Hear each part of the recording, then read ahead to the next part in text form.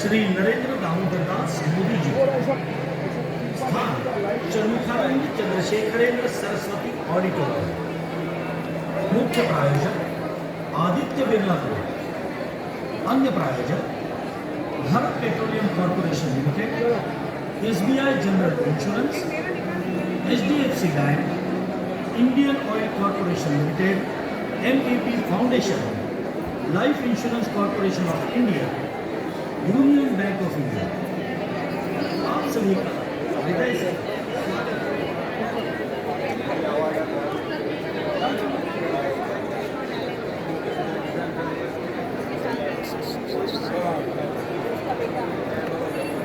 Pinky Pinky hello jealousy yes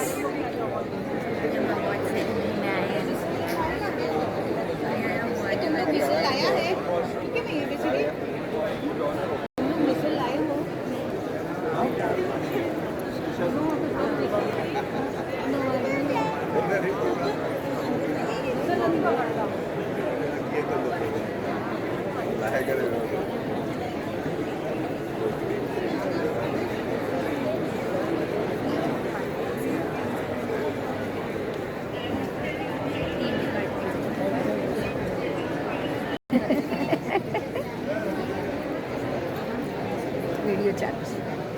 સાહેબ આવશે ને એવોર્ડ લેશે એને પહેલાં આપણું દેખાવું જોઈએ. मोदी साहब आए उससे पहले हम लोग आने चाहिए, है ना? डोनेशन हाँ वही मैं बताया।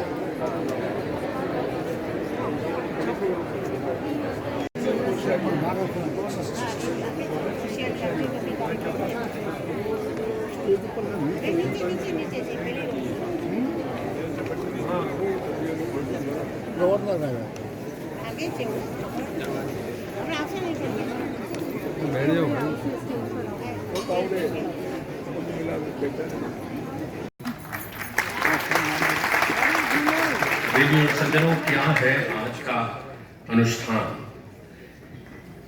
एक दिवंगत सम्माननीय असामान्य कलाकार मास्टर दीनानाथ जी की 80वीं पुण्यतिथि और एक अद्वितीय व्यक्तित्व की अमरत्व की आकांक्षा।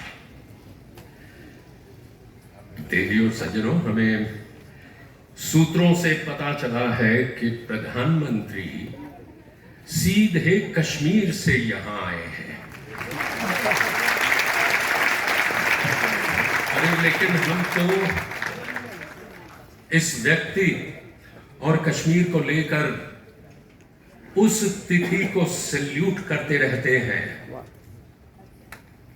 26 जनवरी 1992, जब एक साधारण कार्यकर्ता जो तब प्रधानमंत्री नहीं था, मुख्यमंत्री नहीं था, उसने आतंकियों की चेतावनी, धमकी, फतवे किसी की परवाह न करते हुए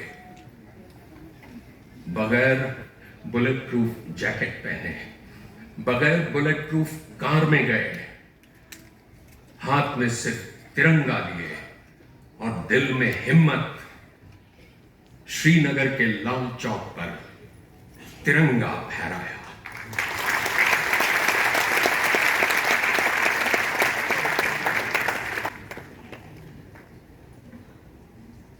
देवियों और सज्जनों, भारत गणराज्य के प्रधानमंत्री आदरणीय श्री नरेंद्र मोदी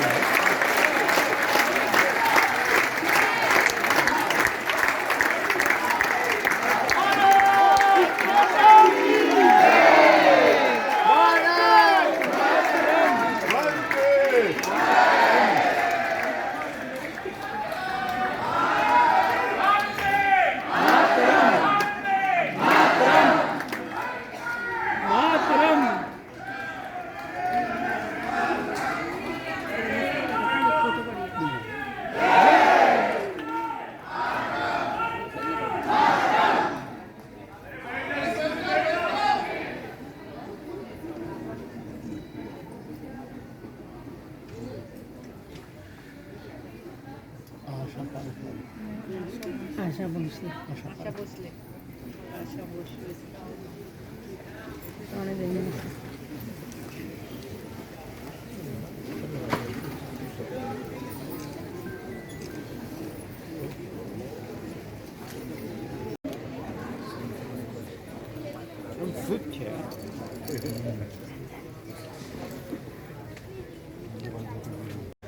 का दिन मनाया जाता है, पूरी श्रद्धा से नमन किया जाता है, लेकिन ये पता नहीं था कि ये भी दिन आएगा कि बीच में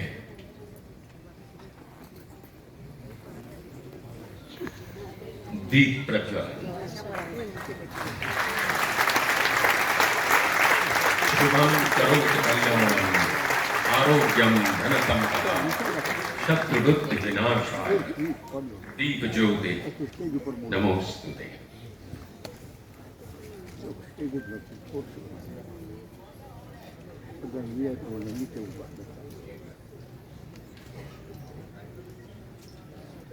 मंगेशकर परिवार एवं आदरणीय प्रधानमंत्री जी आपके साथ बैठने आ रहे हैं।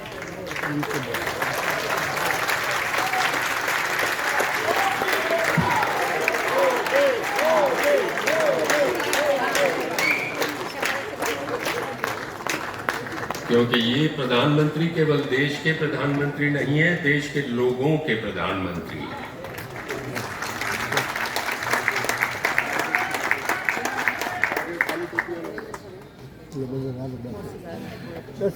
देवी और सज्जनों, मेरी नजर में कम से कम एक मंगेशकर ने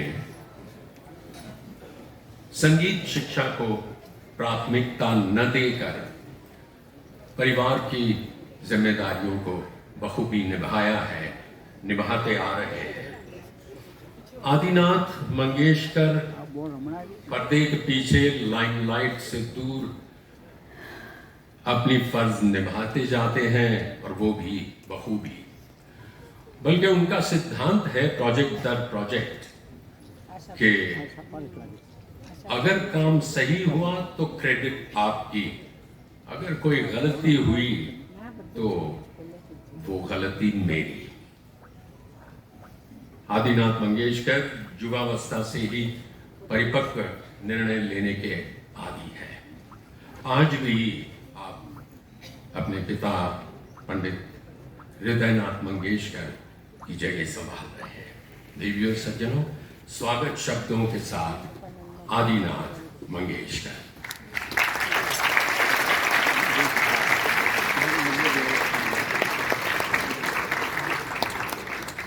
बहुत सारी जगह मंदिर है कोडिंग कोई देखा तो यहाँ देखा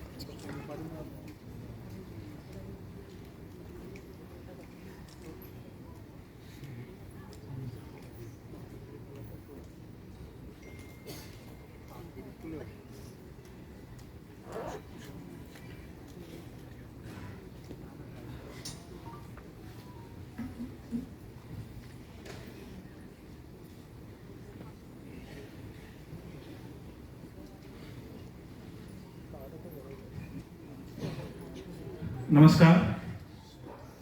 A very warm welcome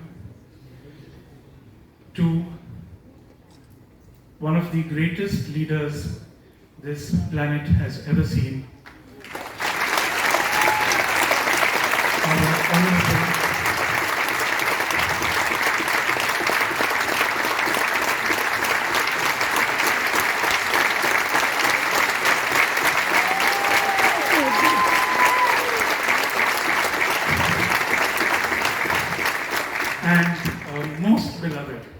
most beloved Prime Minister, the truly one and only Gurudev Yuga Purush, Shri Narendra Damodar Das Modi.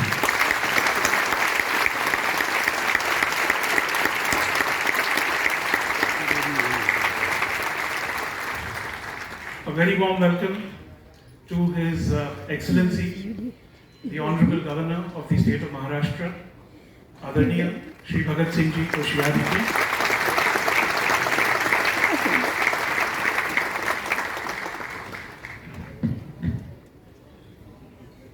I'm sure the audience will understand what kind of emotions I'm going through.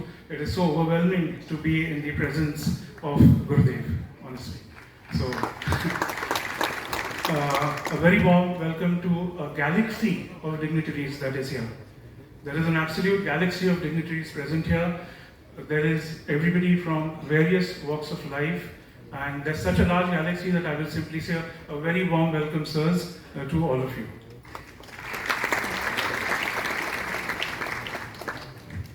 All these years, it was my father, Pandit Hridaynath Mangeshkar ji, who would always deliver the welcome address and give a little bit of information about our trust. This year he is unable to do so because he is in the hospital currently. By the grace of God, he will be back home in the next 8 to 10 days. He is stable and doing well.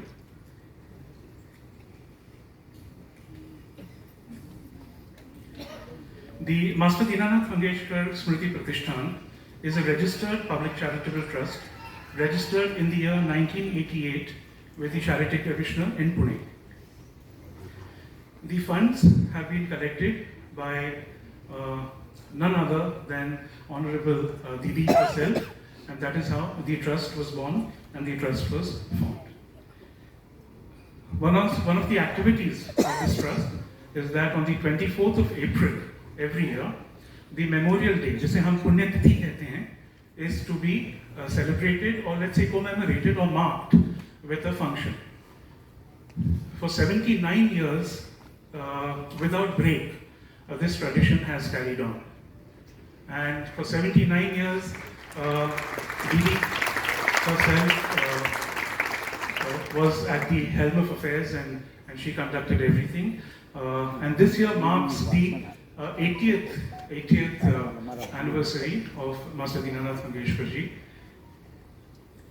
The trust felicitates with Master Dinanath Mangeshkar Awards various legends from various fields. We also have scholarships for students and ailing artists and senior artists who are in the need of medical aid or medical help. Bharat Ratna Lata Didi, the voice of patriotic India, had a very selfless dedication to the nation. She was a philanthropic visionary. She set up the Dinanath Mangeshkar Hospital to provide ethical medical services of the highest quality to patients at an affordable cost without discrimination whatsoever. Whether it be stepping up in the aid of the families of our great martyrs by committing help for them and their families, or to help the BSF Jawans, or even the COVID relief and vaccination activities, amongst many others. Lata Didi personally, with her family and through the Master Dinanath Smriti Pratishthan and the Lata Mangeshkar Medical Foundation, was always in the forefront. Her life was dedicated to her music and her nation. In her memory, the Lata Dinanath Mangeshkar Award is being instituted, and this is its founding year. This is the year of its institutionalization, and every year it will be given to only one individual. This is the founding year of the award, and every year it will be given only to one single individual who has sacrificed his life to make path-breaking, spectacular, and exemplary contributions to the nation and its people.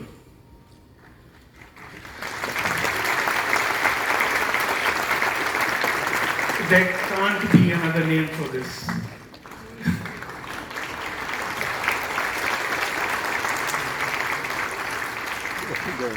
Paramadaraniya Pradhan Mantri Mahoday Shri Narendra Modi ji leads by example.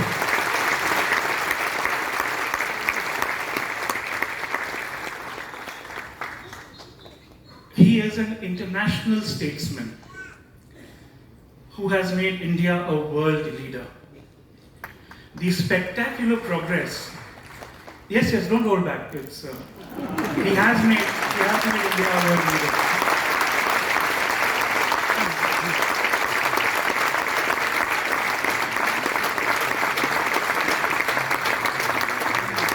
The spectacular progress that is taking place in every aspect and dimension in our beloved motherland is entirely because of him. One of the greatest leaders our great nation has seen in its glorious history of thousands of years. Shri Narendra Bhai Damodar Das Modi is a most dynamic leader whose charismatic leadership is being talked about, appreciated, adored globally. Sabka Saath, Sabka Vikas, Sabka Vishwas has been the motto of this selfless, glorious son of Mother India.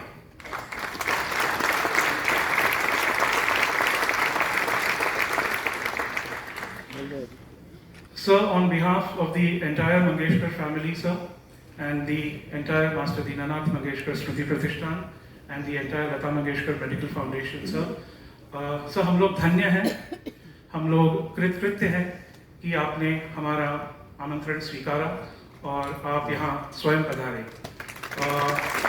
So this is a moment, I think, which will live with us even probably in our next life. We are so humbled and we so deeply appreciate, sir, your magnanimous gesture, sir, in coming here in person to receive the first ever Lata Dinanath Mangeshkar Puraskar.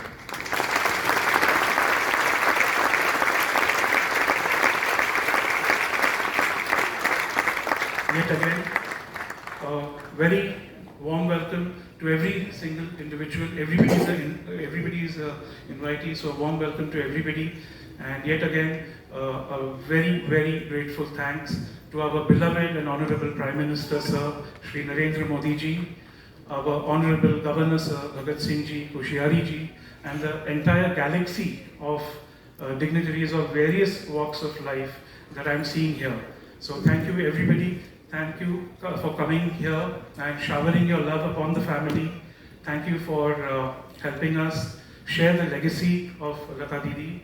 And thank you, sir. Thank you so much, sir.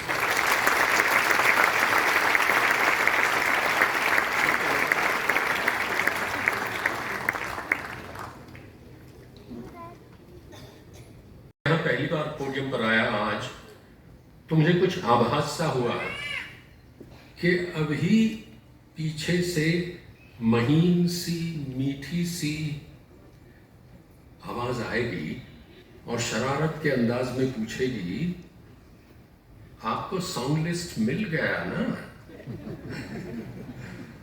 क्योंकि आज अगर वो होती तो ये मेरा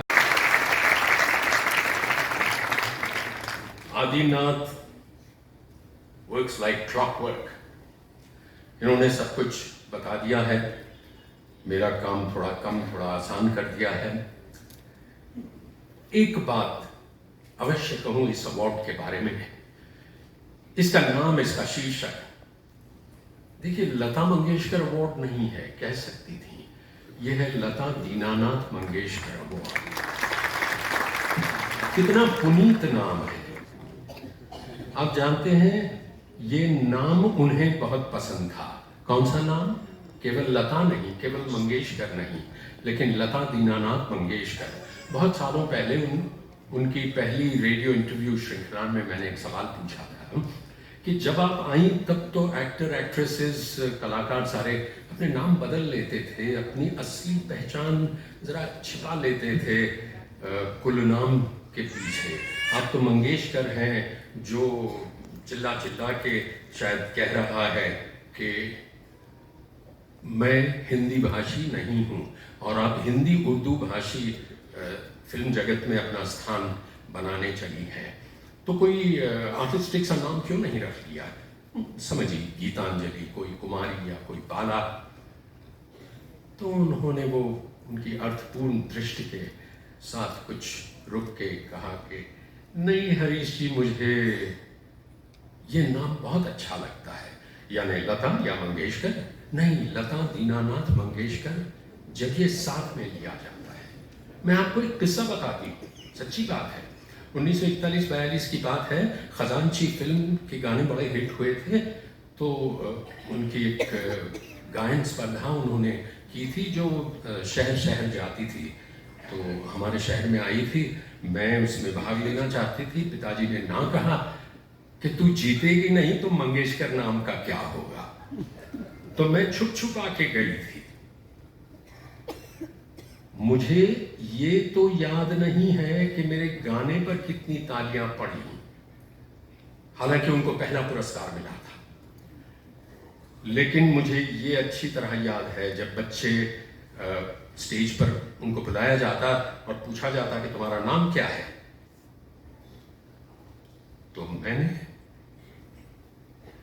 बड़े गर्व से कहा, लता दीनानाथ मंगेशकर। और हरीश जी, जो तालियां पड़ी उसकी गूंज अभी तक मेरे कानों में है। तो और उन्होंने इस नाम के बारे में ये भी कहा कि वो प्रतियोगिता थी खजांची फिल्म के लिए, जिनके म्यूजिक डायरेक्टर थे मास्टर गुलाम हैदर। और तब मैं कहाँ जानती थी कि अभी 10 साल के अंदर वो मेरे जीवन को, मेरे करियर को एक नया मोड़ देने वाले हैं। यूं समझिए, ये खजांची और वो प्रतियोगिता तो मेरे जीवन में कुंडली बनकर आ गई। मुझे ये बताया गया है कि मैं आपसे कुछ ऐसी बातें साझा करूं जो कम जानी गई हों, और मुझे सौभाग्य से इसका अवसर मिला है। देखिए, लता मंगेशकर के बारे में सब कोई सब कुछ जानता है, लेकिन अगर किसी व्यक्ति को सही तरीके से जानना है तो उसके स्वभाव की बारीकियां जाननी पड़ेंगी। और लता जी के स्वभाव में कुछ ऐसी चीजें थीं जो उनके महाव्यक्तित्व के अंचरे के नीचे छुप जाती थी, दब जाती थी। आप जानते हैं, एक था गुस्सा, उनकी नाक पर गुस्सा रहता था। बहुत कम लोग ये जानते हैं, फिल्म इंडस्ट्री में भी। तो उन्होंने क्या किया? उन्होंने कहा कि देखिए, श्रीमद् भगवत गीता के बारे में बहुत कहते हुए सुना जाता है कि ये कोई इसे धार्मिक पुस्तक न समझें, ये तो जीवन जीने की कला की मार्गदर्शिका है। लेकिन कितने लोग उसमें जो गुण दिए गए हैं वो आत्मसात करते हैं? मैंने किए हैं, कम से कम 2 श्लोक, and they are very relevant today. उन्होंने कहा, एक श्लोक है, क्रोधात् भवति सम्मोह सम्मोहात् स्मृति विभ्रम, कि क्रोध सम्मोहन जाता है। कहा, जब भी मुझे गुस्सा आता मैं चुप होकर उस श्लोक का पठन करती, और उसकी वजह से उन्होंने अपने क्रोध को उपेक्षा में तब्दील कर दिया। लता जी के बारे में कहा जाता था कि लता जी के तुणीर में, तरकश में सबसे तीक्ष्ण शस्त्र अगर कोई था तो वो था उपेक्षा, इग्नोर अ पर्सन। अगर आसपास वाले किसी ने कोई गलती की है तो उसे डर इस बात का नहीं लगता था कि लता जी क्या कहेंगी, डर ये लगता था कि कुछ भी नहीं कहेंगी।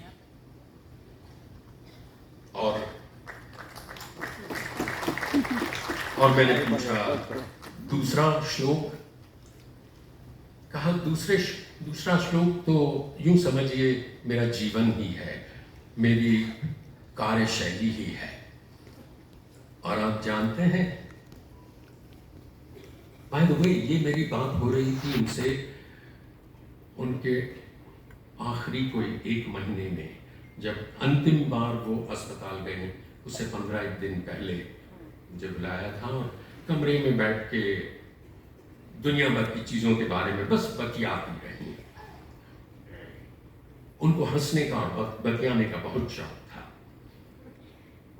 तो कहा, जानते हैं जिस दूसरे श्लोक की आप बात कर रहे हैं, उनकी वजह से, उस श्लोक की वजह से तो मैं नरेंद्र मोदी जी से मिली।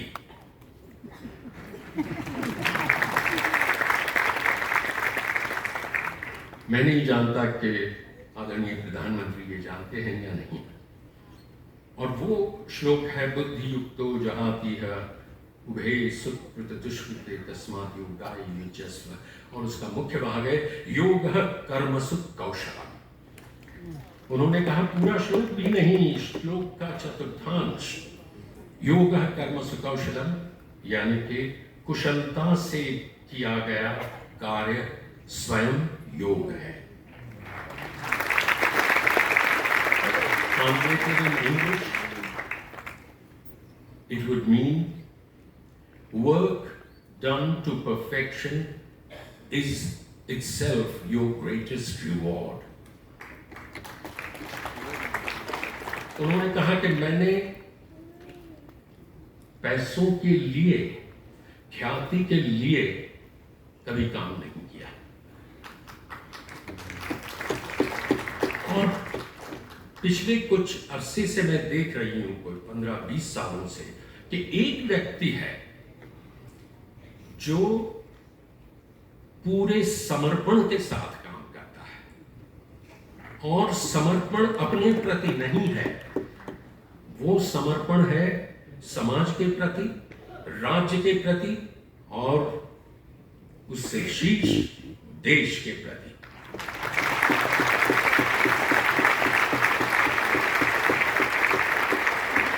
आपको पता है, जब मोदी जी से किसी ने पूछा था कि आपकी दिनचर्या क्या है, what is your typical day, आप सुबह क्या खाते हैं, जिस तरह से अर्जुन ने पूछा था ना, स्थित प्रज्ञ से का भाषा, तो मोदी जी ने जवाब दिया था, सुबह उठ के पहले तो मैं 1-1.5 किलो गालियां खाता हूं।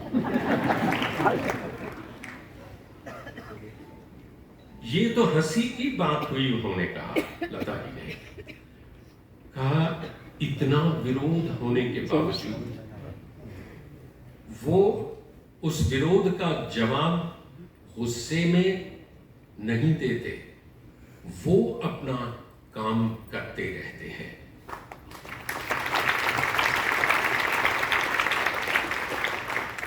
और वो काम अपने लिए नहीं होता, सारे देश के लिए होता है। आज का ही दिन ले लीजिए, मैं अचंभित हूं, सुबह 11 बजे मन की बात, उसके बाद जम्मू में पंचायत के साथ मीटिंग्स, कितने सारे निर्णय लिए, स्पीच दी, शाम को यहां। मेरा ऐसा ख्याल है अभी तो रात होने में 6 घंटे उनके लिए।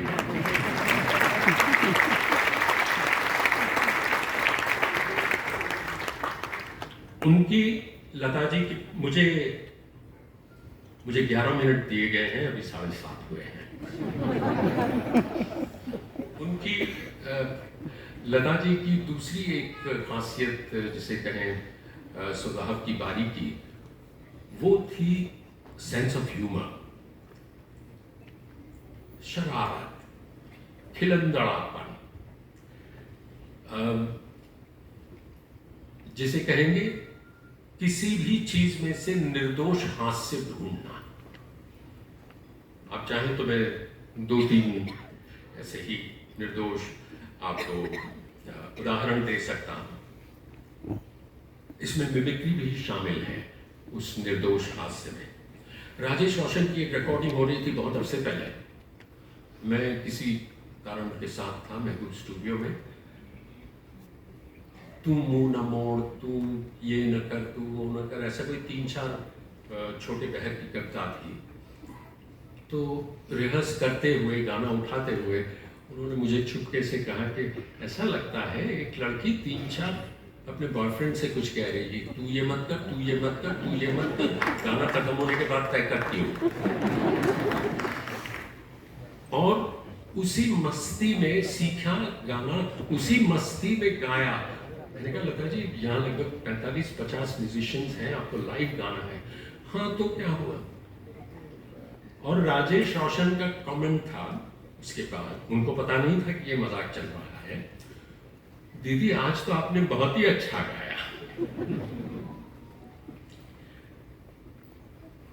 वॉशिंगटन डीसी में मैंने पहली बार लता जी के लिए विदेश में शो एंकर कर रहा था।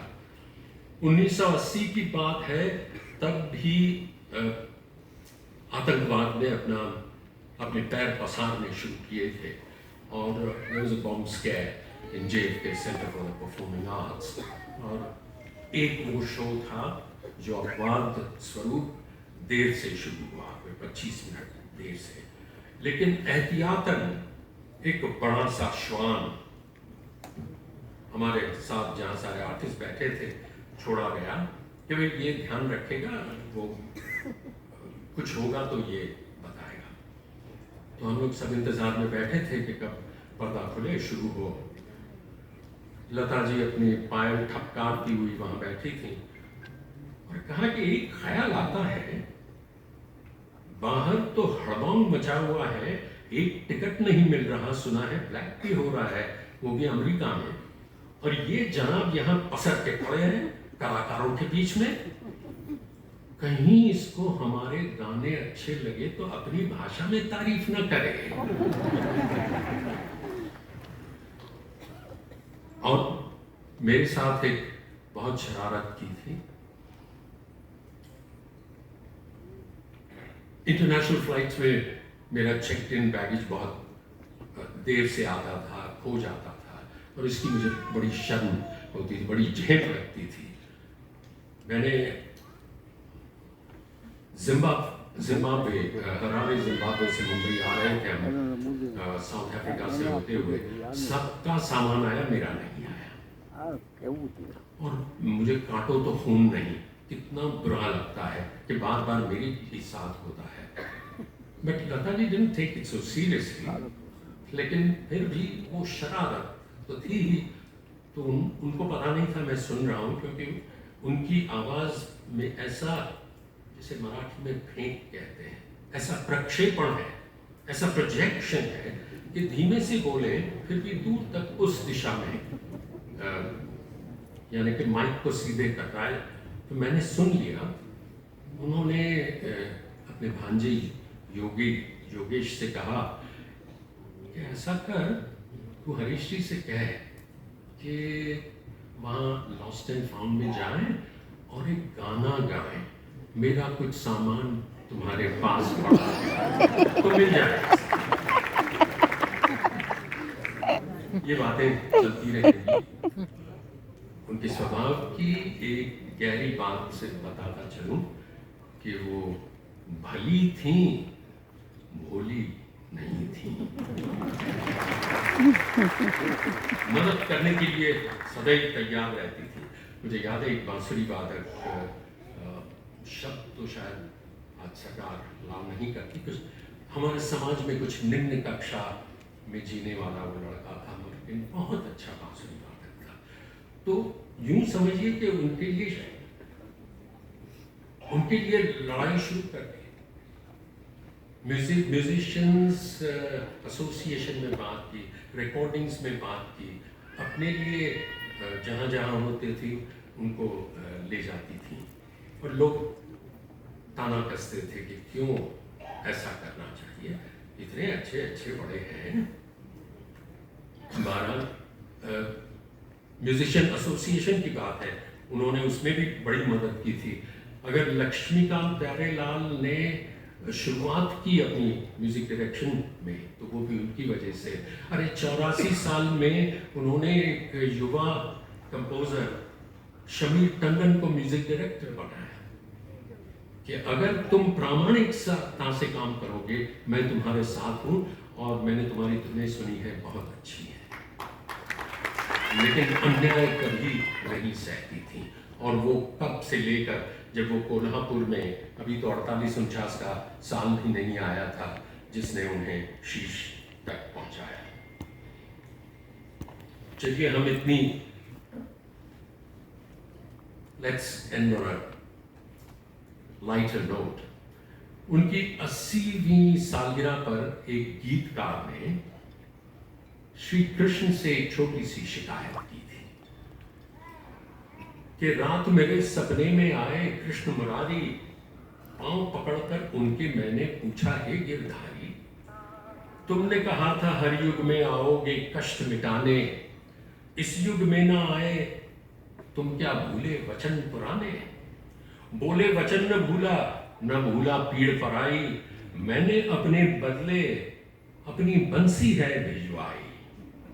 ये बंसी वो बंसी जो 7 सुरों की मीठी धुनें सुनाए, प्यार का रस बरसाए, जो दिल का दर्द मिटाए। मैंने पूछा, भगवन उस बंसी का कोई पता है? मैंने पूछा, भगवन उस बंसी का कोई पता है? हंसकर बोले, वो बंसी तो भारत रत्न लता है।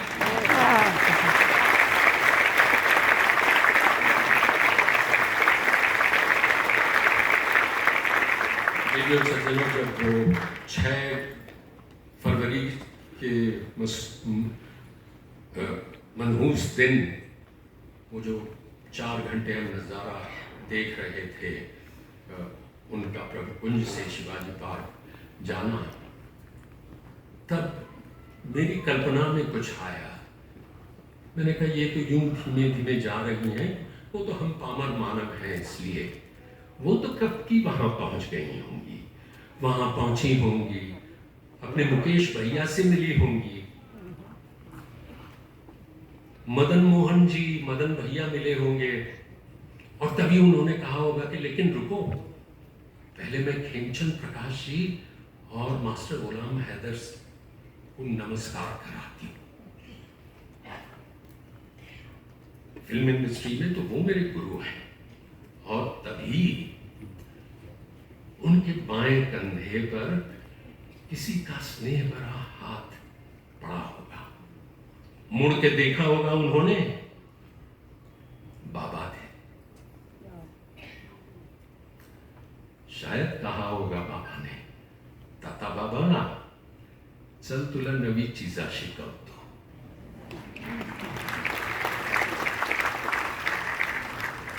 इसलिए हम इतना जानते हैं कि वो जहां भी होंगी, she must be in a happy space, वहां संगीत बरसा रही होंगी। कहते तो हैं कि आत्मा अजर अमर है। हो सकता है परमात्मा में वो आत्मा विलीन होकर मोक्ष पा गई हो, लेकिन हम स्वार्थी नहीं चाहेंगे। वो हम चाहेंगे कि उस आत्मा ने कोई निवास ढूंढ लिया और थोड़ा इंतजार करें, हम जब नया जन्म लें तो फिर से सहकर्मी के रूप में काम करें।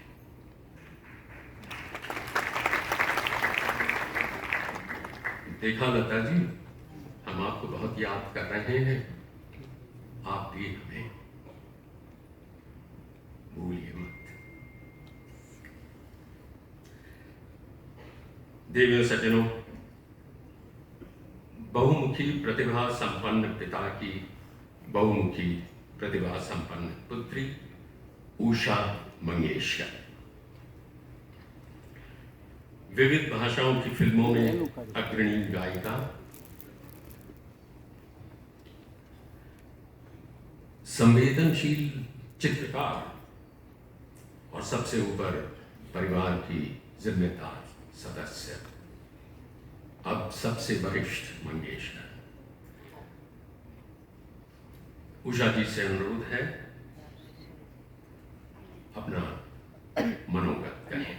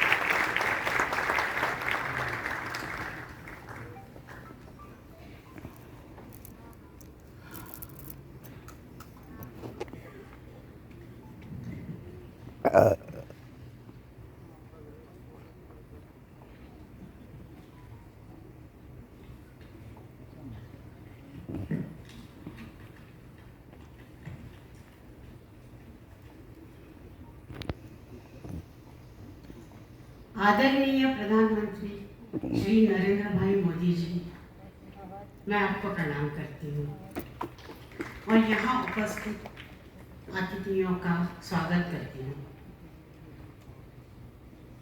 ये पहला भाषण देने के लिए मुझे कहा और मैं बहुत डर गई।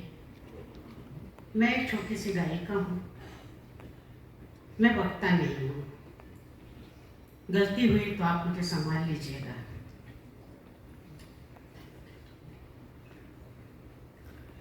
लता दीदी के नाम का ये पुरस्कार, प्रथम पुरस्कार आपने स्वीकार किया है। ये परिवार के लिए, हमारे परिवार के लिए बहुत खुशी और गौरव की बात है। आज मेरे पिताजी की 80वीं पुण्यतिथि है और हाल ही में दीदी के फिल्म जगत में गाते हुए 80 साल पूरे हुए हैं।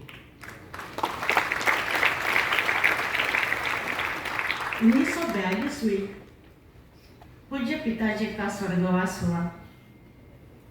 हमारे पिता गए और 13 साल की दीदी छोटे बाबा बनकर खड़ी हुई और सारे परिवार का बोझ अपने कंधे पे लिया। वो फिल्मों में बाल कलाकार के नाम से काम करने लगी।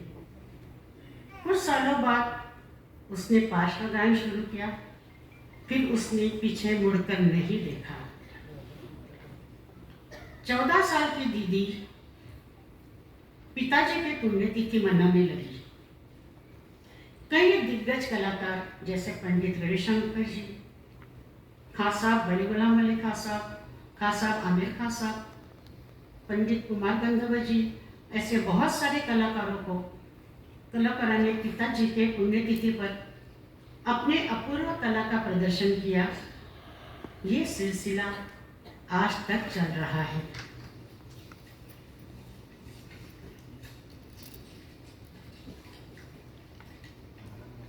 हमेशा दीदी कलाकारों को पुरस्कार देती थी, उनका सम्मान करती थी, पर आज वो साकार रूप में यहाँ नहीं है। और हम ये मानते हैं कि दीदी हमारे साथ उपस्थित है और ये समारोह देख रही है। मैं आपको धन्यवाद देती हूँ कि इतने व्यस्त होने के बावजूद दीदी के प्रति प्रेम और स्नेह के लिए आप मुंबई आए और ये पुरस्कार स्वीकार करने के लिए सम्मति दी। हम सब हृदय से आपके आभारी हैं, बहुत बहुत आभारी हैं। नमस्कार, जय हिंद, जय भारत।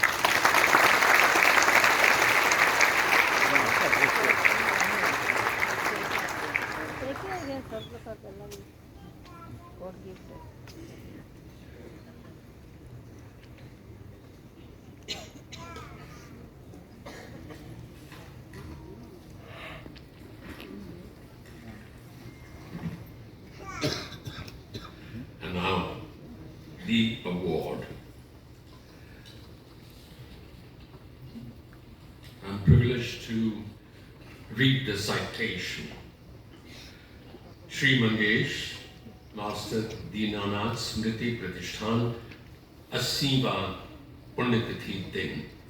आज चैत्र कृष्ण नवमी शुभकृत नाम संवत्सर शके 1944 रविवार दिनांक 24 अप्रैल 2022 के मंगल दिन सुश्री लता दीनानाथ मंगेशकर सर्वप्रथम पुरस्कार भारत के विश्वमान्य प्रधानमंत्री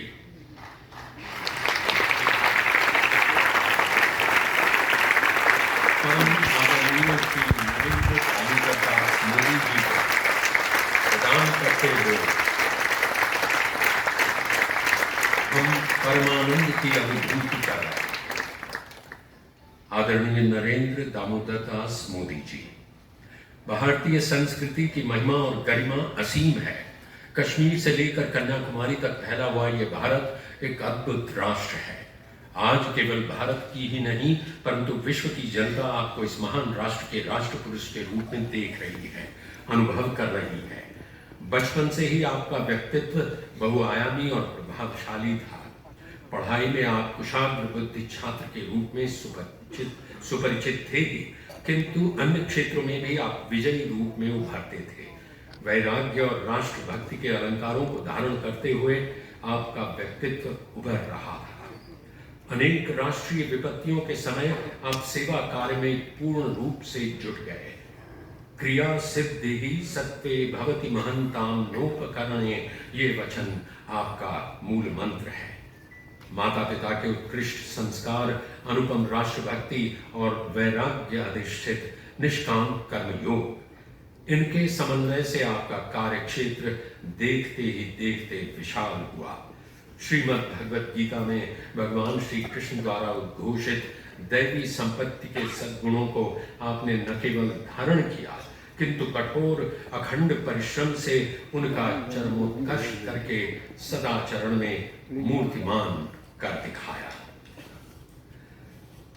आपके भारत के प्रधानमंत्री होने की अनिवार्यता नियति ने काल चक्र पर पहले ही अंकित की थी।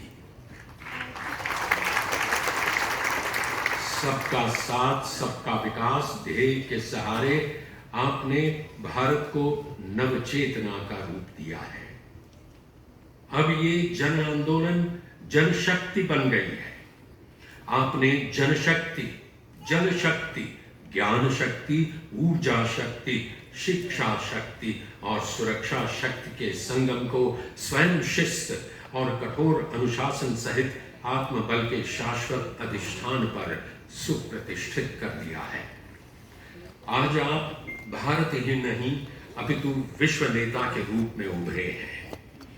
आपके असीम कर्तृत्व को विश्व के अनेकानेक देश साश्चर्य वंदन कर रहे हैं।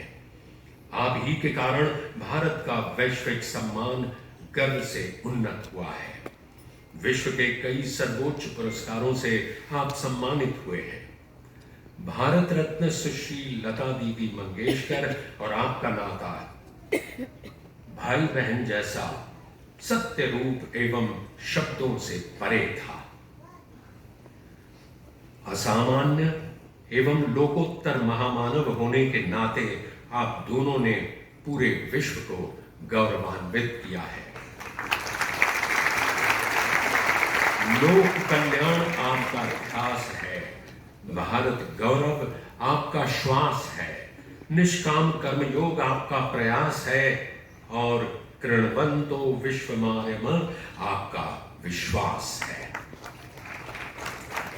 आज चैत्र कृष्ण नवमी शुभकृत नाम संवत्सर शके 1944 रविवार दिनांक 24 अप्रैल 2022 के मंगल दिन मास्टर दीनानाथ स्मृति प्रतिष्ठान द्वारा सुश्री लता दीनानाथ मंगेशकर सर्वप्रथम पुरस्कार सम्मान पत्र, सम्मान चिन्ह, महावस्त्र के साथ आपको प्रदान करते हुए मास्टर दीनानाथ मंगेशकर प्रतिष्ठान धन्यता और कृतार्थ का संपूर्ण अनुभव कर रहा है। इति शम पंडित हृदयनाथ मंगेशकर, अध्यक्ष।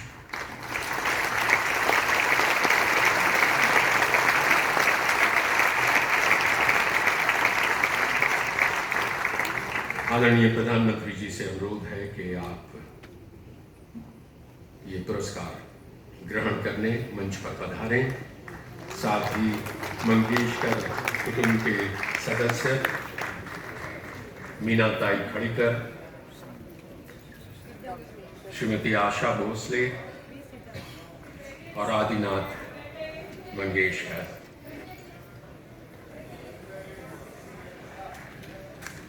देवियों सज्जनों, आपने शायद नोट किया होगा कि शुरुआत की मंच की प्रारंभिक औपचारिकता के बाद प्रधानमंत्री जी ने जोर देकर कहा था कि मैं नीचे बैठूंगा, मैं प्रेक्षकों के साथ बैठूंगा, क्योंकि मुझे पुरस्कार स्वीकार करना है जन सामान्य के रूप में। He didn't want to receive the award from the exalted perch of a PM, but only as a common citizen. इसलिए इस असाधारण अलंकरण लता दीनानाथ मंगेशकर पुरस्कार के लिए मैं अनुरोध करता हूं सामान्य भारतीय नागरिक श्री नरेंद्र मोदी जी से कि वे ये पुरस्कार स्वीकार।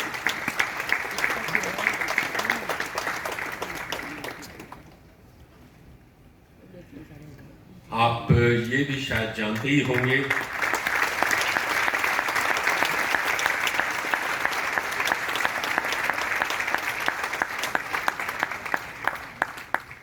कि औपचारिक अभिवादन के अलावा हमारे प्रधानमंत्री कोई पुरस्कार स्वीकार नहीं करते,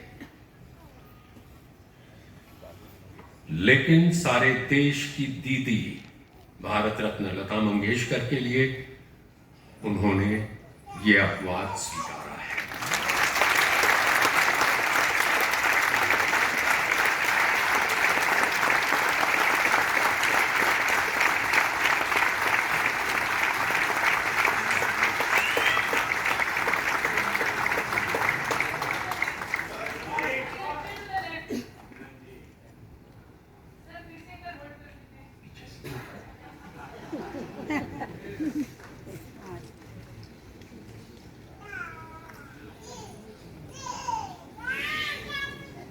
अगर यहां बैठे कोई फिल्मकार फिल्म बनाना चाहे तो शीर्षक हो सकता है फिर से भाई हो तो ऐसा।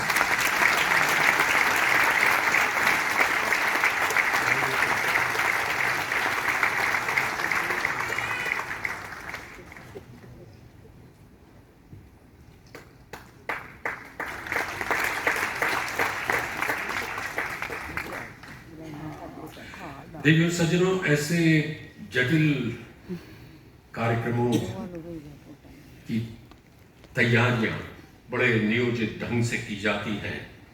इवेंट मैनेजमेंट के सिद्धांतों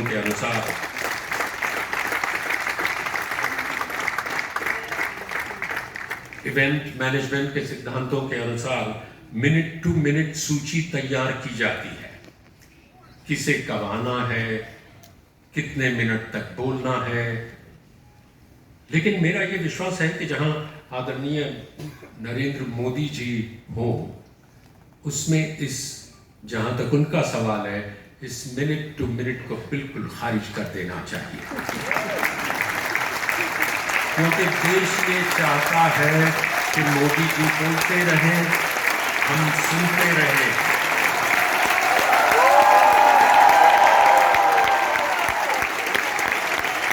और वो इसलिए कि जो वो बोलते हैं वो करके दिखाते हैं, और जो वो करते हैं वो देश के हित में होता है।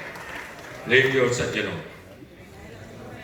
भारत गणराज्य के प्रधानमंत्री आदरणीय श्री नरेंद्र मोदी,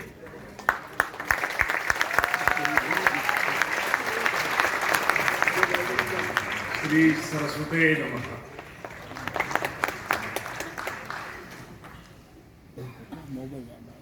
वाणी वाणी परंपरा के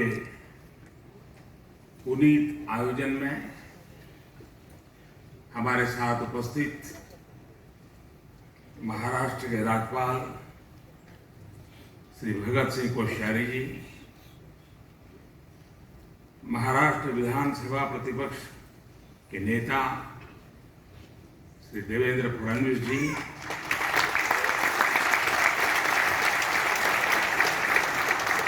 महाराष्ट्र सरकार में मंत्री श्री सुभाष देसाई जी, आदरणीय उषा जी, आशा जी, आदिनाथ मंगेशकर जी, मास्टर दीनानाथ स्मृति प्रतिष्ठान के सभी सदस्यगण, संगीत और कला जगत के सभी विशिष्ट साथियों,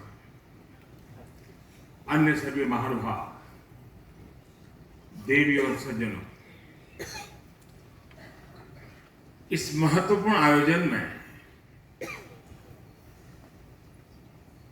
आदरणीय हृदयनाथ मंगेशकर जी को भी आना था, लेकिन जैसे अभी आदिनाथ जी ने बताया, तबीयत ठीक नहीं होने की वजह से वो यहां नहीं आ पाए।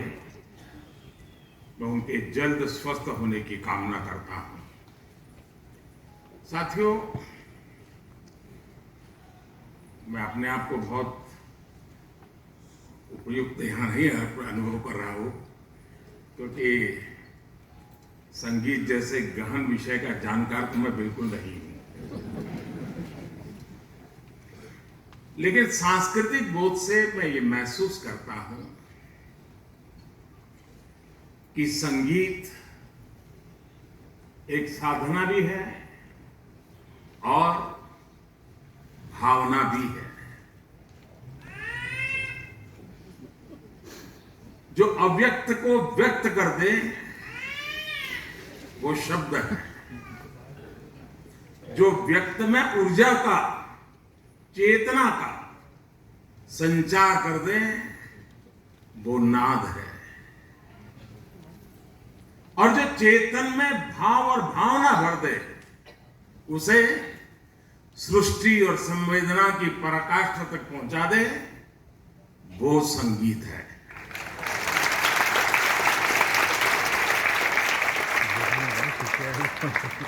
आप निष्प्रुह बैठे हो, लेकिन संगीत का एक स्वर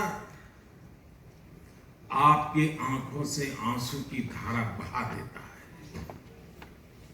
ये सामर्थ्य होता है। लेकिन संगीत का स्वर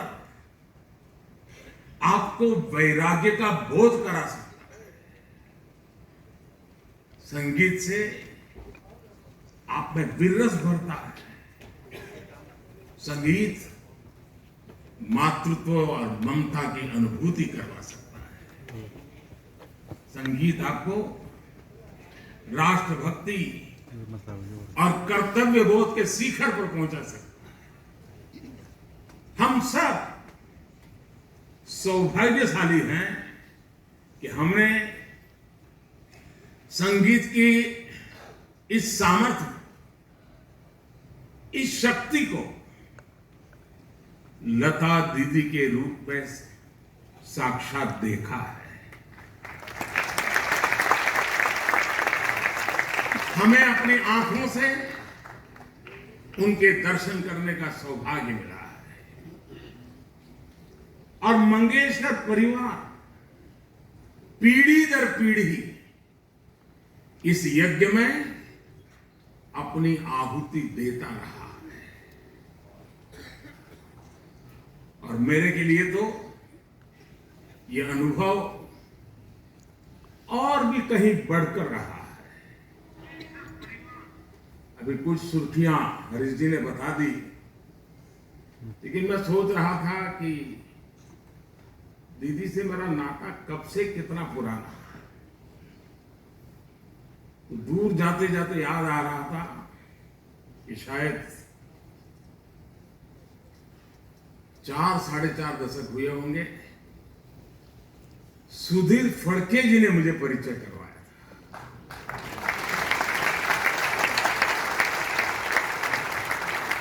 और तब से लेकर के आज तक इस परिवार के साथ अपार स्नेह, अनगिनत घटनाएं मेरे जीवन का हिस्सा बन गई। मेरे लिए लता दीदी सूर साम्राज्य के साथ साथ, और जिसको कहते हुए मुझे गर्व अनुभव होता है, वो मेरी बड़ी बहन थी।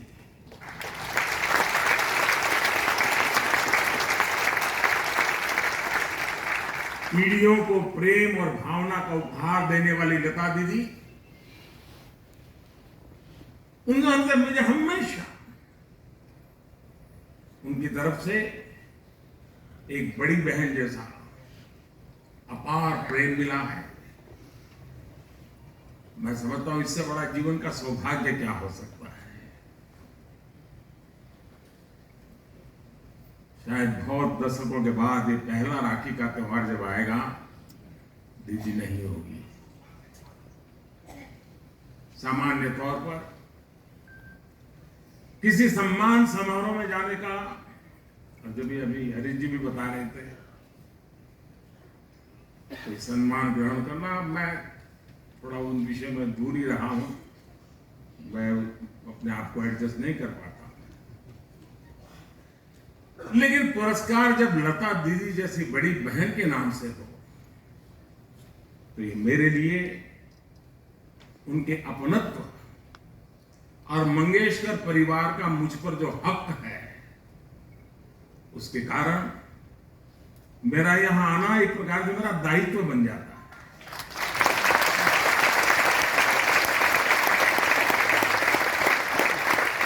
और ये उस प्यार का प्रतीक है।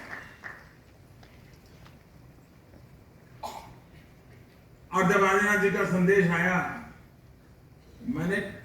मेरे क्या कार्यक्रम है, मैं कितना बिजी हूं, कुछ पूछा नहीं। मैंने कहा भैया पहले हाँ कर दो। मना करना मेरे लिए मुमकिन ही नहीं। मैं इस पुरस्कार को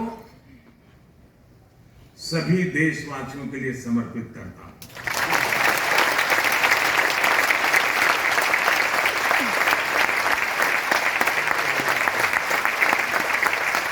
जिस तरह लता दीदी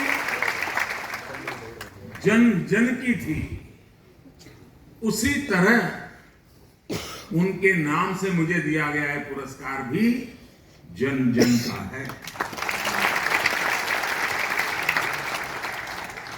लता दीदी से अक्सर मेरी बातचीत होती रहती थी। वो खुद से भी अपने संदेश और आशीर्वाद भेजती रहती थी। उनकी एक बात शायद हम सबको काम आ सकती है, जिसे मैं भूल नहीं सकता। मैं उनको बहुत आदर करता था, लेकिन वो क्या कहती थी? वो हमेशा कहती थी, मनुष्य अपनी उम्र से नहीं, अपने कार्य से बड़ा होता है। जो देश के लिए जितना करे, वो उतना ही बड़ा है। सफलता के शिखर पर ऐसी सोच से व्यक्ति की महानता, उसका हमें एहसास होता है। लता दीदी उम्र से भी बड़ी थी और कर्म से भी बड़ी थी। हम सभी ने जितना समय लता दीदी के साथ गुजारा है, हम सब जानते हैं कि वो सरलता की प्रतिमूर्ति थी। लता दीदी ने संगीत में वो स्थान हासिल किया कि लोग उन्हें मां सरस्वती का प्रतिरूप मानते थे। उनकी आवाज ने करीब 80 सालों तक संगीत जगत पर अपनी छाप छोड़ी थी। ग्रामोफोन से शुरू करें तो ग्रामोफोन से कैसेट, फिर सीडी, फिर डीवीडी, फिर पेन ड्राइव, ऑनलाइन म्यूजिक और एप्स तक संगीत और दुनिया की कितनी बड़ी यात्रा लता जी के साथ साथ तय हुई है। सिनेमा की 4-5 पीढ़ियों को उन्होंने अपनी आवाज दी। भारत रत्न जैसा सर्वोच्च सम्मान उन्हें देश ने दिया और देश गौरवान्वित हुआ। पूरा विश्व उन्हें सुर सम्राट नहीं मानता था, लेकिन वो खुद को सुरों की साम्राज्ञी नहीं बल्कि साध्विका मानती थी। और ये हमने कितने ही लोगों से सुना है कि वो जब भी किसी गाने की रिकॉर्डिंग के लिए जाती थी तो चप्पलें बाहर उतार देती थी। संगीत की साधना और ईश्वर की साधना उनके लिए एक ही था। साथियों, आदि शंकर के अद्वैत के सिद्धांत को हम लोग सुनने समझने की कोशिश करें तो कभी कभी उलझन में भी पड़ जाते हैं।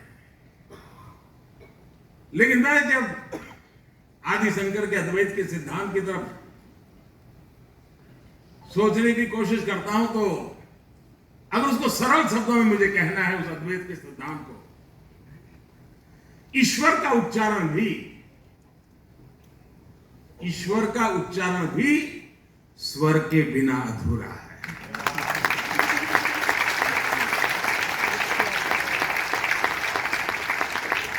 ईश्वर में स्वर समाहित है। जहां स्वर है वही पूर्णता है। संगीत हमारे हृदय पर, हमारे अंतर्मन पर असर डालता है। अगर उसका उद्गम लता जी जैसा पवित्र हो तो वो पवित्रता और भाव भी उस संगीत में घुल जाते हैं। उनके व्यक्तित्व का हिस्सा हम सब के लिए और खासकर युवा पीढ़ी के लिए एक प्रेरणा है। साथियों, लता जी की सशरीर यात्रा एक ऐसे समय में पूरी हुई जब हमारा देश अपनी आजादी का अमृत महोत्सव मना रहा है। उन्होंने आजादी के पहले से भारत को आवाज दी और इस 75 सालों की देश की यात्रा उनके सुरों से जुड़ी रही। इस पुरस्कार से लता जी के पिताजी दीनानाथ मंगेशकर जी का नाम भी जुड़ा है। मंगेशकर परिवार का देश के लिए जो योगदान रहा है, उसके लिए हम सभी देशवासी उनके ऋणी हैं। संगीत के साथ साथ राष्ट्रभक्ति की जो चेतना लता दीदी के भीतर थी, उसका स्रोत उनके पिताजी ही थे।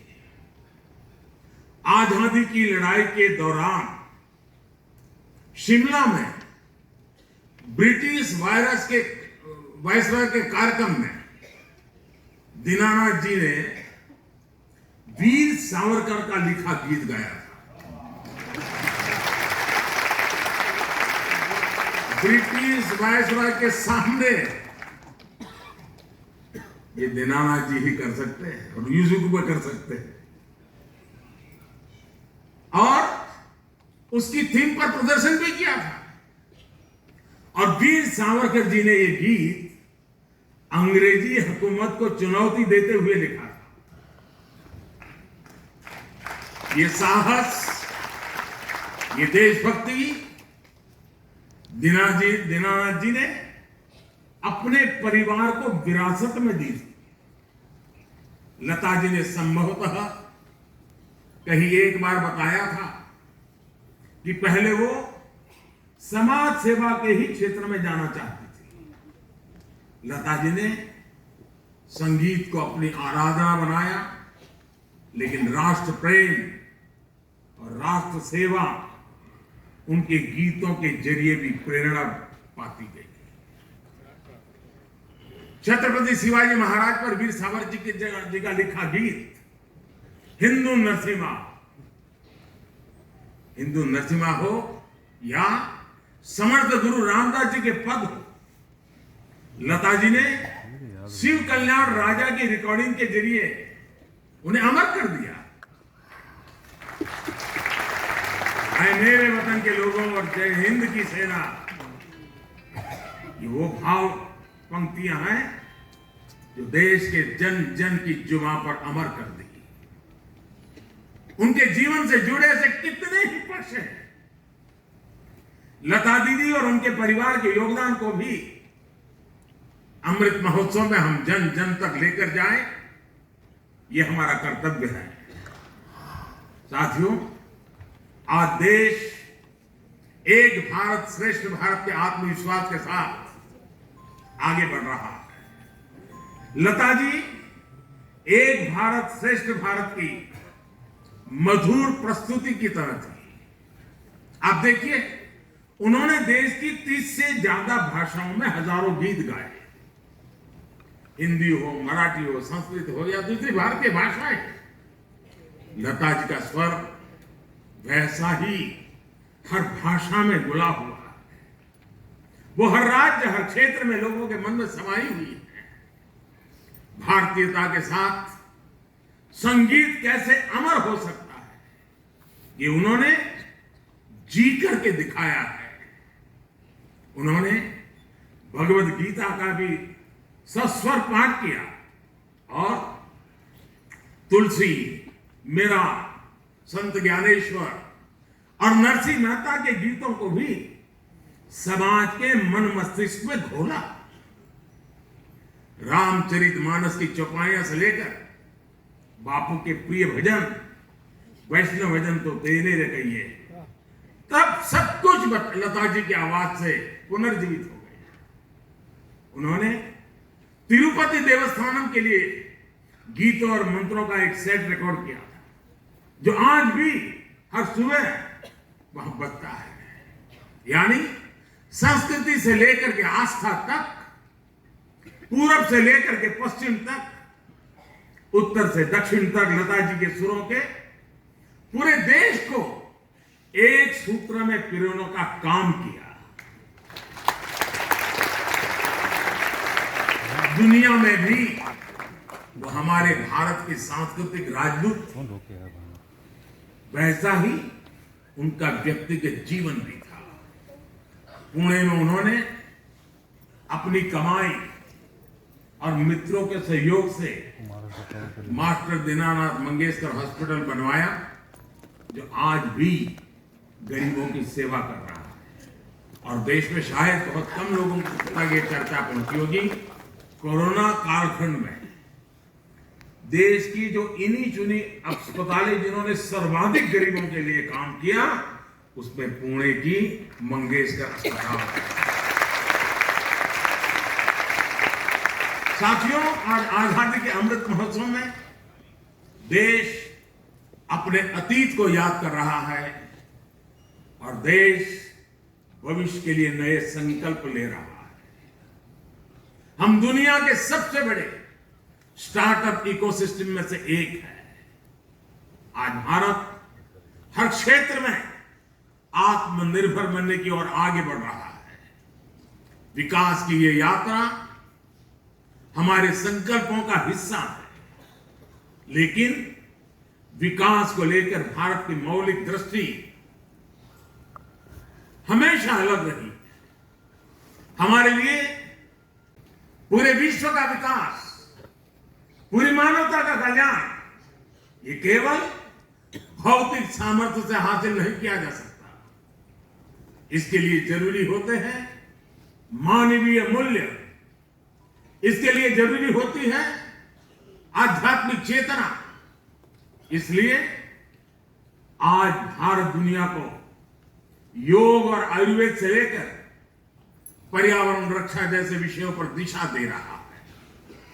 मैं मानता हूं भारत के इस योगदान का एक अहम हिस्सा हमारा भारतीय संगीत भी है। ये जिम्मेदारी आपके हाथों में है। हम अपनी इस विरासत को उन्हीं मूल्यों के साथ जीवंत रखें और आगे बढ़ाएं और विश्व शांति का एक माध्यम बनाएं, ये हम सबकी जिम्मेदारी है। मुझे पूरा विश्वास है संगीत जगत से जुड़े आप सभी लोग इस जिम्मेदारी का निर्वहन करेंगे और एक नए भारत को दिशा देंगे। इसी विश्वास के साथ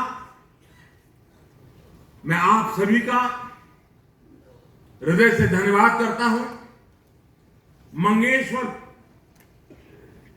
परिवार का भी मैं हृदय से धन्यवाद करता हूं कि आपने दीदी के नाम से इस प्रथम पुरस्कार के लिए मुझे चुना। लेकिन हरीश जी जब सम्मान पत्र पढ़ रहे थे तो मैं सोच रहा था कि मुझे इसे कई बार पढ़ना पड़ेगा और पढ़ करके मुझे नोट बनानी पड़ेगी कि अभी मुझे इसमें से कितना कितना पाना बाकी है, अभी भी मेरे में कितनी कितनी कमियां हैं, उसको पूरा मैं कैसे करूं। दीदी के आशीर्वाद से और मंगेशकर परिवार के प्यार से मुझमें जो कमियां हैं उन कमियों को आज मुझे सम्मान पत्र के द्वारा प्रस्तुत किया है, मैं उन कमियों को पूरा करने का प्रयास करूंगा। बहुत बहुत धन्यवाद। नमस्कार।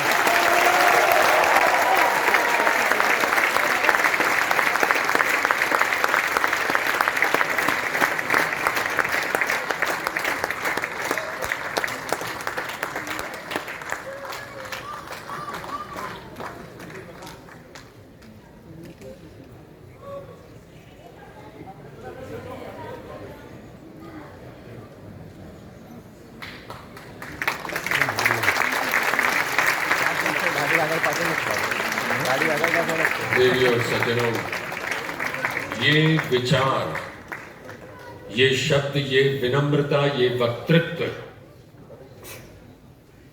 इसका एक ही नाम हो सकता है, नरेंद्र। आपको याद तो होगा कि स्वामी विवेकानंद का मूल नाम था नरेंद्रनाथ दत्त। बल्कि रेखा जी, क्षमा चाहता हूं, बल्कि लता जी ने कहा था, मैं जो बताना भूल गया, जब नरेंद्र मोदी जी की बात चली, उन्होंने कहा सबसे पहले तो मुझे उनका नाम ही बहुत भला लगा। मैं जिनको पूजती हूं, विवेकानंद, उनका नाम भी वही, और जिन्हें मैं पिता तुल्य मानती हूं, पंडित नरेंद्र शर्मा भी नरेंद्र। देवी और सज्जनों, हमारे देश में एक गायिका है जो एक अतुलनीय प्रशंसा के पात्र है, जिन्हें देश की सर्वश्रेष्ठ गायिका सार्वजनिक रूप से वर्सेटाइल कहती हैं। लता जी की जीवनी के लेखन के दौरान उन्होंने कहा था कि दुनिया मेरे बारे में बहुत कुछ कहती है,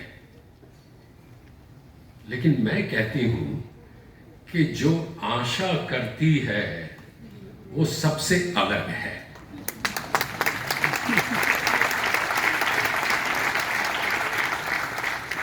और उन्होंने कहा था कि आप जानते हैं, हम सब भाई बहनों में आशा बाबा की सबसे प्यारी थी।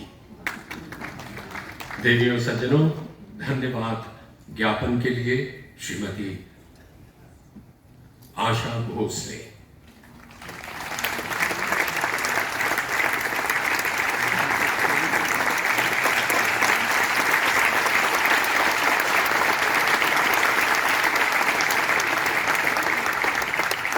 लेकिन उसे एक ही मिनट पहले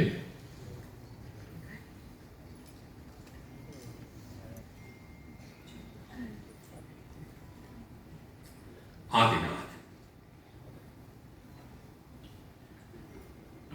Friends, our beloved and honorable Prime Minister, sir, he mentioned the Master Dinanath Mangeshkar Hospital and the work that it has done in the COVID era.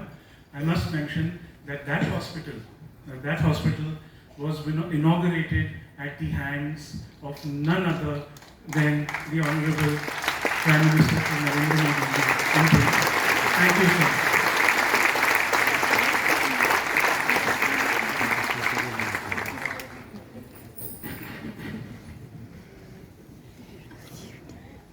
लंबा ना होना इसलिए पूरा होता है। सब आदरणीय लोगों को मेरा प्रणाम।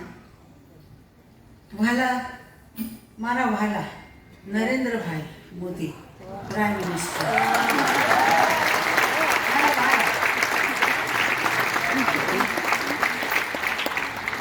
मैं आप सब लोगों को नमस्कार करके, मैं बीमारी जैसे बहुत नई बातें कर सकती हूँ। इस स्टेज पे हमेशा गाने के लिए आई हूँ, लेकिन ये नहीं पता था कि पिताजी के बरसी के दिन हम आते थे। हर 24 तारीख को हर साल, तब बहुत साल हो गए थे पिताजी को जाके, इतना कुछ अखरता नहीं था। लेकिन आज ये नहीं पता था कि दीदी के लिए ऐसे आना पड़ेगा।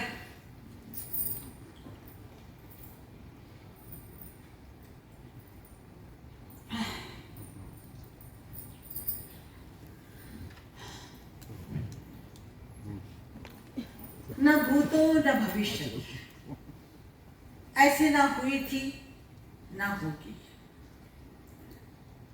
गले में सरस्वती, बुद्धि में चाणक्य, बहुत बुद्धिमान लड़की थी। दूर दूर तक का विचार करती थी, कहाँ जबान खोलनी है वो बराबर जानती थी। मुझे बोलती थी तू बड़बड़ बड़बड़ बड़बड़ करती है। ऐसा मत सोचिए कि वो हमें डांटती नहीं थी, मारती भी नहीं थी, हम भी करते थे उसको छोड़। और पकड़ने का एक ही तरीका होता था, चूटी। चूटी पकड़ ली तो ऊपर रुक जाती थी, बहुत दौड़ती थी। वैसे अपने इमेज को उसने इतना अच्छी तरह एंड तक संभाला। ये मुश्किल है कि इतने बड़े नाम के साथ, उसको काला रंग भी पसंद था, पिंक भी था और सब रंग पसंद थे, लेकिन उसने वाइट चुना। वो वाइट एंड तक वैसे ही वो चलती रही। कभी किसी ने उसको पंजाबी सूट में नहीं देखा, ना पैंट में देखा, ना किसी चीज, साड़ी।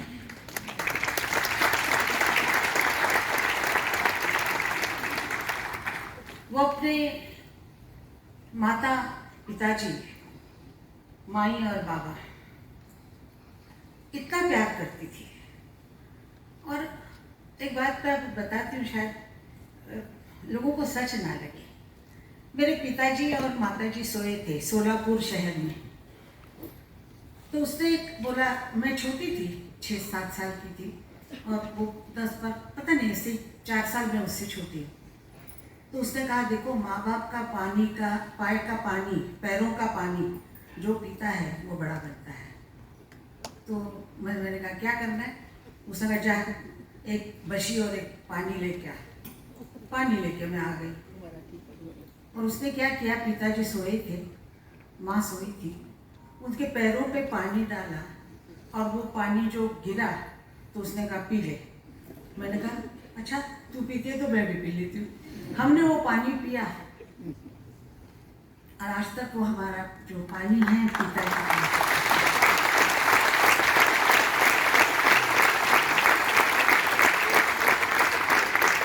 ऐसे वो पिताजी और माताजी के भक्त थे। आज की दुनिया में कोई ऐसा करेगा? हाथ का पानी भी नहीं पिएंगे, बोले धो जाओ हाथ। जहाँ गाने के लिए जाती थी वहाँ कहती थी बाबा यश देना। मराठीमध्ये बोलायची, बाबा सांभाळून घ्या.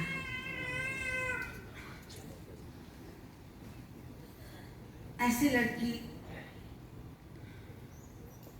खैर हमारे साथ तो बचपन में गिल्ली डंडा खेलती थी और बहुत कुछ खेल खेलते थे. हम कोल्हापुर में थे, गाड़ियाँ नहीं आती थी, रास्ता मिल जाता था खुला, गली के लड़के लड़कियाँ मिल जाती थी और हम चांदनी रात में भी खेला करते थे. वैसे वो बहुत जल्दी काम में लग गई 13 साल की उम्र में, लेकिन खेलती थी मेरे से. एक बार उसको 104 बुखार था. माँ ने कहा आज छुट्टी पे मत जा. तो उसने कहा नहीं माँ, मुझे जाना पड़ेगा. रूल सर ने भी कहा कि हाँ आ जाओ. वैसे बुखार में वो जाके, उसका काम था परी का, जो परी लटक के उसको रखा था ऊपर सफ़ेद कपड़ों में और वो वहाँ से गाना गा रही थी हाथ हिला के. मुझे अभी तक याद है कि कितना कष्ट करना पड़ता है एक आर्टिस्ट को, और उसने वो किया.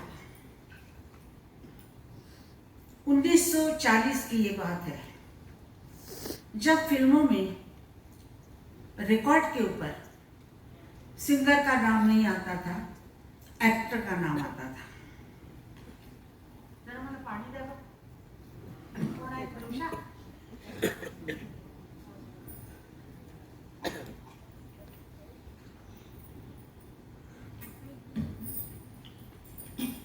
रिकॉर्ड पे हमारा नाम नहीं आता था. मैं उसकी चमची थी, साथ में जाती थी. तो मैंने कहा दीदी तुम्हारा तो गाना गाया हुआ है, लेकिन नाम तुम्हारा नहीं है उस पर.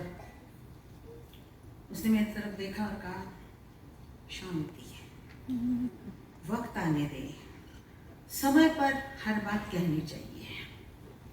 ये मेरे में नहीं है, उसमें था. इसीलिए मेरे को हब, पहलवान, पठान इसी नाम से जानते थे. सब मेरे को ऐसे ही बुलाते थे, ए पठान इधर आ, ये काम कर दे. मैं सब काम करती थी. वो मेरे को बुलाती थी हब. मेरे पिताजी भी हब बुलाते थे. हब यानी दिमाग का. तो उसको मैंने कहा, उसने कहा कि समय आने दे, और समय वो आया. उसका पहला गाना जो हिट हुआ, उस वक्त 15-16 साल की थी, दुबली पतली, सिर्फ लंबे बाल बहुत, और कुछ नहीं, एकदम छोटी सी थी, पतली थी. तो प्रोड्यूसर ने कहा कि ये लड़की से क्या गाना गाने का, ये लड़की है, आवाज़ उसकी अच्छी नहीं है, क्या हो ये, ऐसा बोलते थे सब.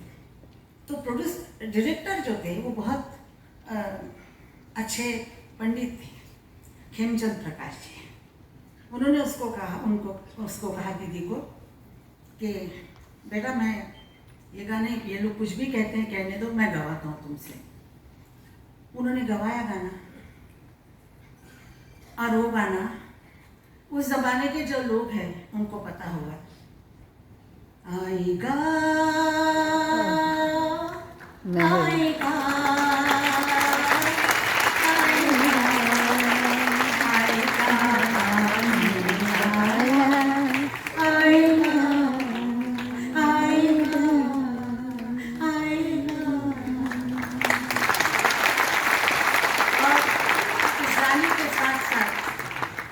उसका वक्त आ गया.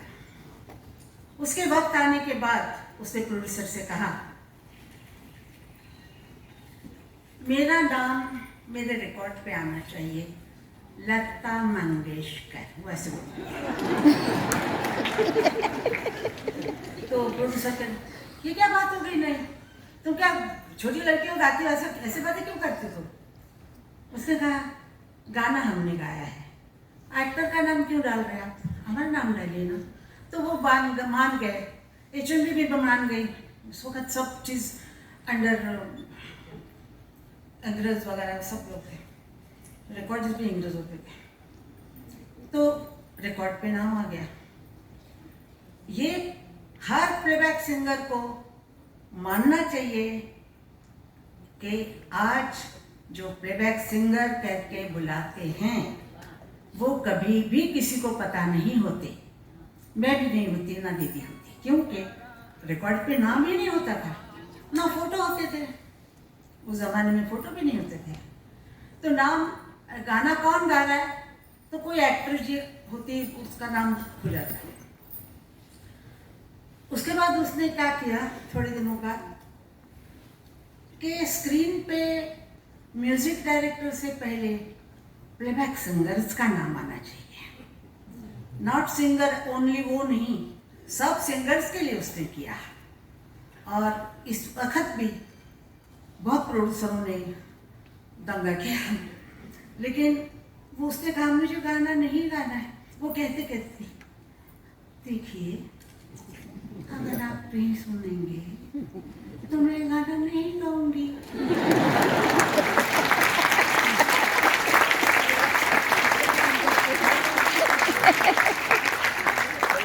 मान जाए, इतने लोगों के नाम आते थे, प्लेबैक सिंगर के भी नाम आने लगे।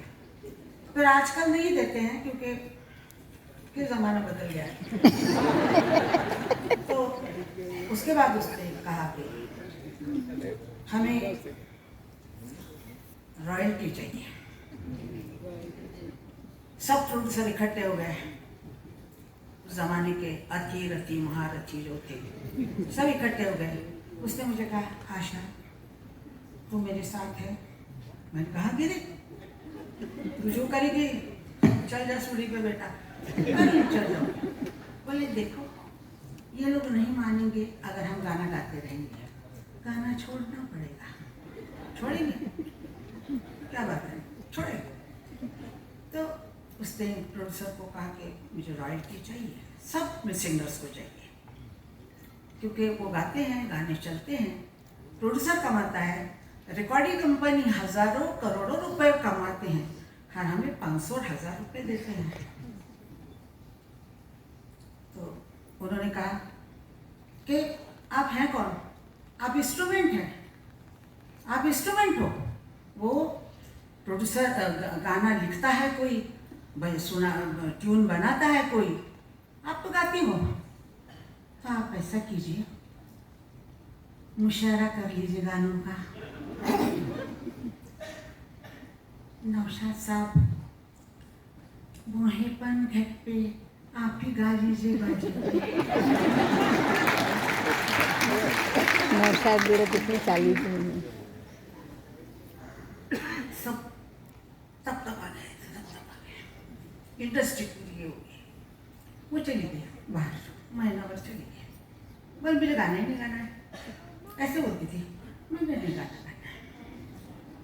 एक शादी में उसको बुलाया था, अभी ये तो हमको मुझे मतलब हो गए ये सब चीज़ें। हमको शादी में बुलाया था किसी ने लंदन में। उन्होंने कहा कि लता मंगेशकर, आशा भोसले अगर हमें मिल जाए तो हम लोग $1 मिलियन या पाउंड कुछ भी है देते। उसने आने वाले को आज कहा आशा तू शादी में गाएगी? नहीं, ऐसा कीजिए 10 करोड़ भी आप हमें डॉलर देंगे तो हम नहीं गाएंगे, क्योंकि हम शादी में नहीं गाते, हम शादी में नहीं गाते। बाद में इतना समूह करके चला। वो मंगेशकर नाम से बहुत प्यार करती थी। वो जब भी मुझे कहती या किसी से बात करती और उसको कहना होता तो वो बहुत ही लता मंगेशकर ऐसे करती।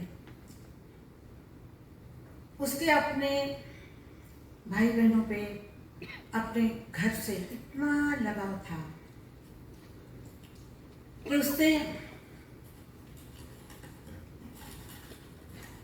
मंगेशकर नाम का, जैसे एक दीवार होती है चारों तरफ मंगेशकर दीवार बना के गई, मंगेशकर दीवार बना के गई। जैसे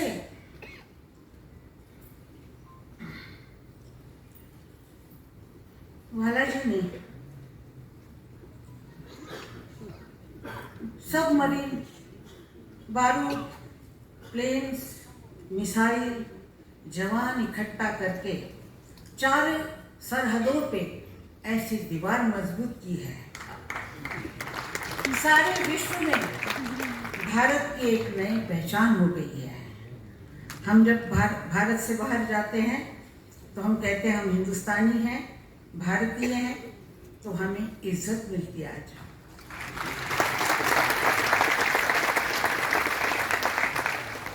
वैसे उसने और एक बात हमारे लिए की, सब वैक्सीन करके लिए। लंदन में जब मैं नहीं जाती थी, जो दूसरे जाते थे, तो वो हॉल में, घरों में प्रोग्राम करते थे, घरों में, हॉल में किसी के। उसने जब कहा कि मैं प्रोग्राम करने लंदन आऊँगी, किसी ने बोला लंदन, तो उसने कहा कि मैं रॉयल अल्बर्ट हॉल में ही शो करूँगी। उसने कहा वो मिलता नहीं है, वो गोरे लोगों का है, उसमें इंडियन जा नहीं सकते। नहीं जा सकते तो नहीं जाएंगे, खत्म हो गया। उसको मनाने का कोई मकसद ही नहीं था। उसने प्रोग्राम किया अल्बर्ट हॉल में, पहला प्रोग्राम उसने किया। अल्बर्ट हॉल फट पड़ा था, इतने लोग आए थे। उसके बाद मैंने शो किया, उसके पैरों को पैर रख के मैं जगह चली। उसने तब कहा कि जहाँ बारबारा स्ट्राइसन गाती है वो न्यूयॉर्क का कार्नेगी हॉल में मैं गाऊंगी। उसकी सोच ऐसे ऊंची थी कि कार्नेगी हॉल कोई नहीं मिलता था वहाँ पे, किसी इंडियन को नहीं मिलता था, ना अफ्रीकन को मिलता था, गोरे लोगों का हॉल था। तो उसने कहा। फिर उसने सिडनी ओपेरा हाउस, सब जगह पे जहाँ गई वो वहाँ उसने हमारे लिए, सब प्लेबैक सिंगर्स के लिए, आज जो सब जा रहे हैं, जाते थे वहाँ, उसने दरवाजे सबके लिए खोल दिए।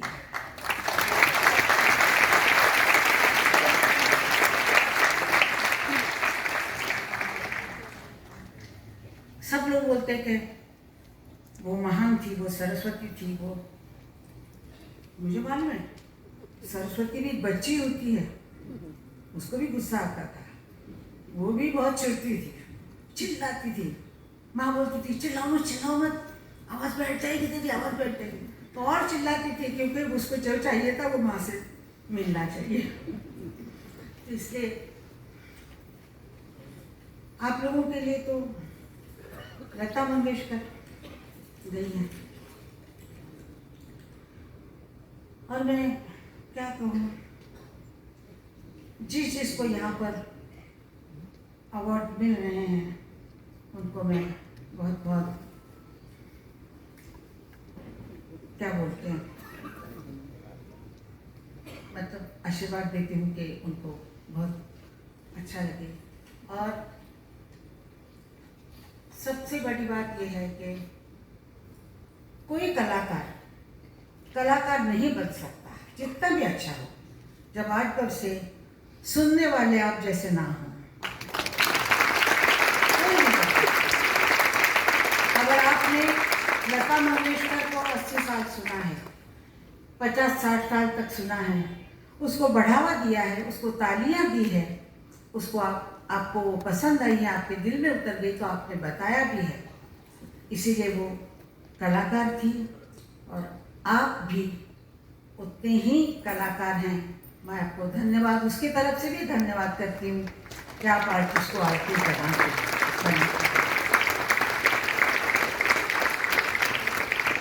મારા વાલા પ્રણતપરાજી અહીંયા આવેલા પધાર્યા છે, અમારી માટે ખૂબ ખૂબ ગૌરવની વાત છે।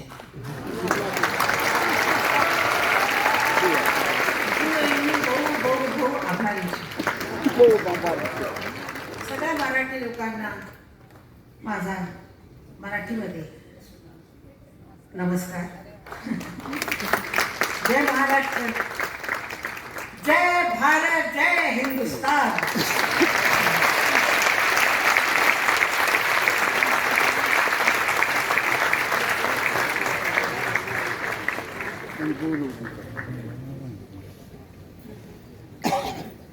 आज આશાબેન જે ગુજરાતીમાં બોલ્યા એના મૂંછો કે એમના બાપ માઈ ગુજરાતી હતા.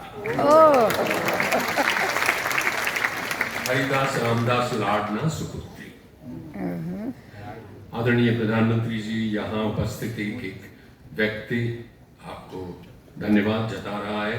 अगर आपका अमूल्य समय आपको अनुमति दे रहा हो तो कुछ देर और कार्यक्रम में ठहरे, क्योंकि अभी संगीत कार्यक्रम शुरू हो रहा है. Please start dismantling. नाम है जिसका स्वर लतांजलि. एंकर को गलत समय पे कहा जाता है कि और समय लो, लेकिन मैं इसका सदुपयोग करूंगा. कहते हैं कि तारीफ वो जो दूसरे करें, तारीफ वो जो मुख्तसर हो, संक्षेप में हो.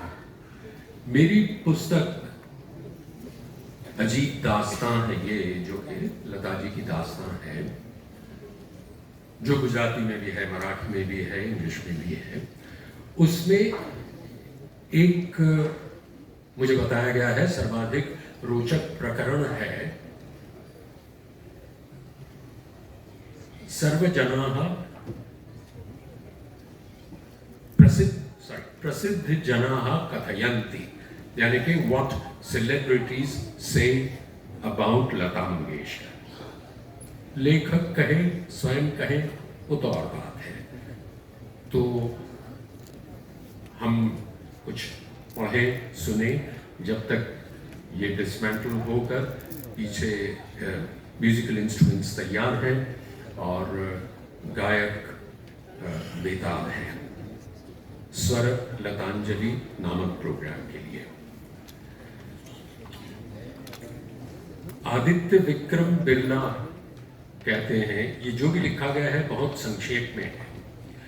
जहां तक लता जी के काम का सवाल है, समझौता शब्द तो वो जानती ही नहीं. आशा भोसले, आशा जी ने कहा है, क्या आपने कभी जलप्रपात को, वाटरफॉल्स, क्या आपने कभी जलप्रपात को नीचे से ऊपर जाते हुए देखा है? मैंने देखा है.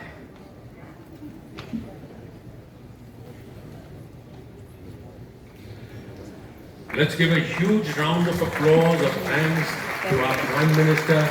May the power be with our Prime Minister.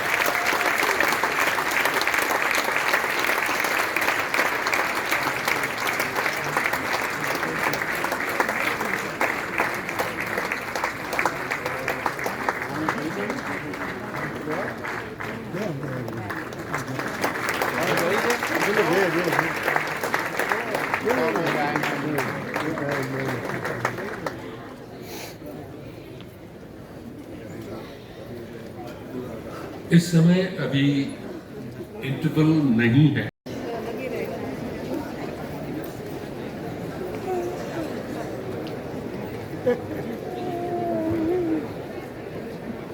अभी मोदी के साथ प्रोग्राम में और यूट्यूब पे